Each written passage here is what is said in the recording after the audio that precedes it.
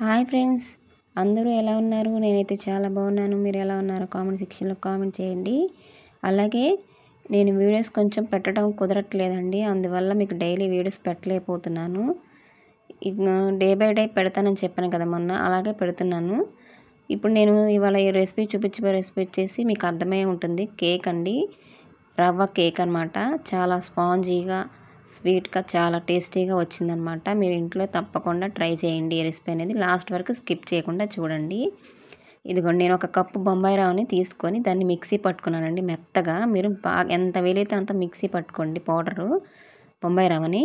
నేను చూపించే కప్పుతోనే నేను అన్నీ తీసుకున్నానండి. మీరు ఏ కప్పుతో అయితే తీసుకుంటారో అదే కప్పుతో ఇలా నేను చూపించే విధంగా అన్నీ తీసుకోండి. ఇదిగోండి, ఒక కప్పు బొంబాయి రవ్వ తీసుకున్నాను కదా మిక్సీ పట్టి, అలాగే ఆ కప్పుతోనే పంచదార అలాగే తీసుకున్నాను.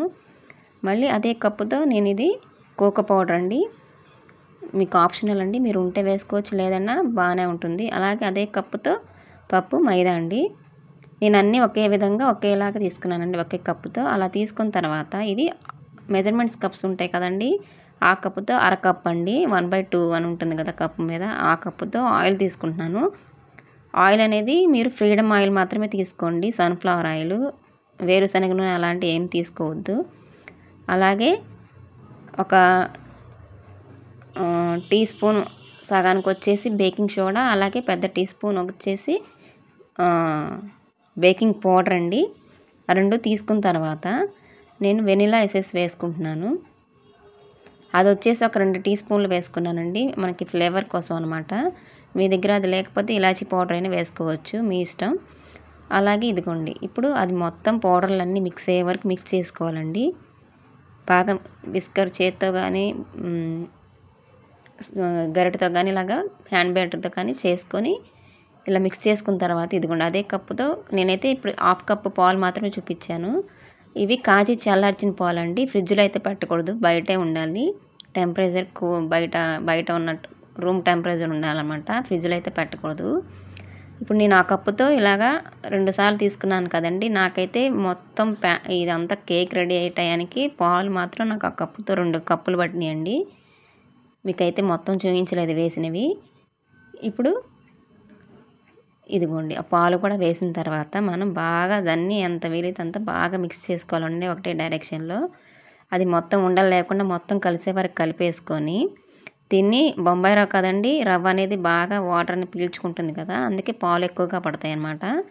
ఇది బాగా మిక్స్ అయిన తర్వాత మనకి ఇప్పుడు ఇలా ఉంచేసి మనం దాన్ని ఒక అరగంట పక్కన పెట్టేయాలండి, బాగా మిక్స్ చేసేసి. ఎందుకు అంటే బొంబాయి రవ్వ బాగా నానితేనే మన కేక్ అనేది బాగా వస్తుందండి.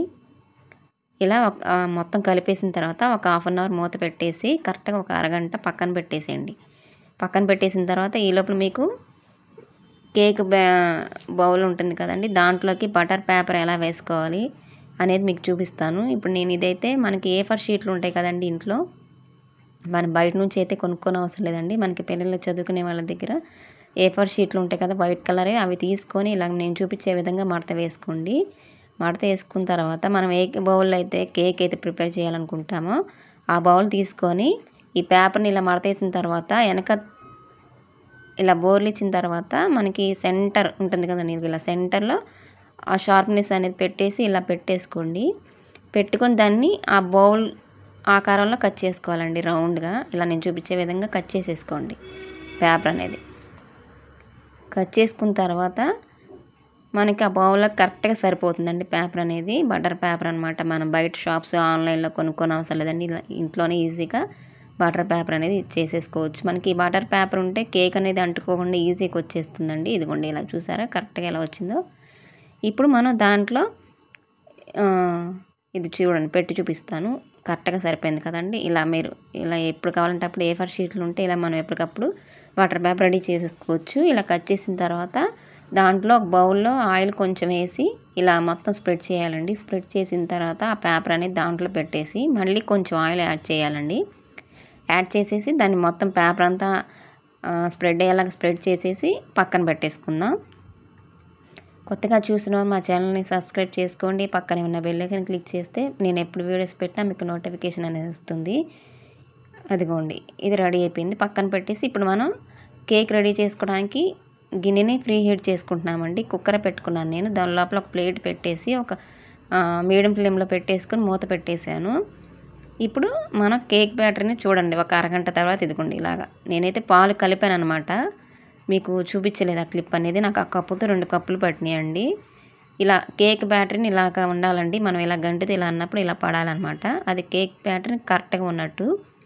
మరీ గట్టిగా ఉండకూడదండి, అలానే మరీ లూజ్గా ఉండకూడదు, ఇలా ఉండాలి. ఇప్పుడు మనం ఇందాక రెడీ చేసి పెట్టుకున్నాం కదండి బటర్ పేపర్ వేసి ఇప్పుడు ఈ కేక్ మిక్స్ అంతా దాంట్లో వేసుకోవాలి. మీరు పెద్ద బౌల్లో చూసుకునే లెక్కైతే ఇది మొత్తం ఒకే దాంట్లో పడుతుందండి. నాకైతే ఇది రెండు కేకులు అయినాయి అనమాట. పొంగుతుంది కదండి, మనం కొంచెం గ్యాప్ ఇచ్చేసి 1 ఇంచ్ గ్యాప్ ఇచ్చి వదిలేయాలి. అందుకే నాకు ఇది 2 కంటైనర్లకు వచ్చిందండి కేక్ మిక్స్ అనేది. ఇప్పుడు ఇది ఒకటి కదా, నేను ఇంకో దాంట్లో కూడా వేసాను అనమాట, దీనికంటే చిన్న బౌల్లో. ఇలా ఒకసారి ట్యాప్ చేయాలి. ఎయిర్ బబుల్స్ ఏమైనా ఉంటే బయటకు వచ్చేస్తాయి అనమాట. ఇలా ఒకసారి ట్యాప్ చేసేసి మనం ముందుగా ప్రీ హీట్ చేసి పెట్టుకున్నాం కదండి, ఆ బౌల్లో ఇది పెట్టేసేసి మనం కుక్ చేసుకోవాలి. ఫస్ట్ మీడియం కొంచెం హై ఫ్లేమ్లో పెట్టుకొని తర్వాత 10 నిమిషాల తర్వాత లో ఫ్లేమ్లో పెట్టుకోండి మంట అనేది. ఇలా మూత పెట్టేసుకొని మనం దీన్ని కుక్ చేసుకోవాలి. కనీసం 40 మినిట్స్ అయినా పడుతుందండి కేక్ రెడీ అవ్వటానికి. ఇదిగోండి ఇంకోటండి, నాకు ఇంకో కేక్ రెడీ అయిందండి. 2 అయినాయి అనమాట నాకు. నేను మిక్స్ చేసుకున్న పౌడర్లన్నిటితో కలిపి 2 కేకులు అయినాయి అనమాట. ఇదిగోండి కేక్ రెడీ అయిపోయింది. ఇప్పుడు ఇది ఇందులో చూద్దాం. చాక్ ఒకటి తీసుకొని ఇలాగా కుచ్చి చూడండి. మనకి చాక్ అనేది తడి లేకుండా వస్తే అది కుక్ అయినట్టండి.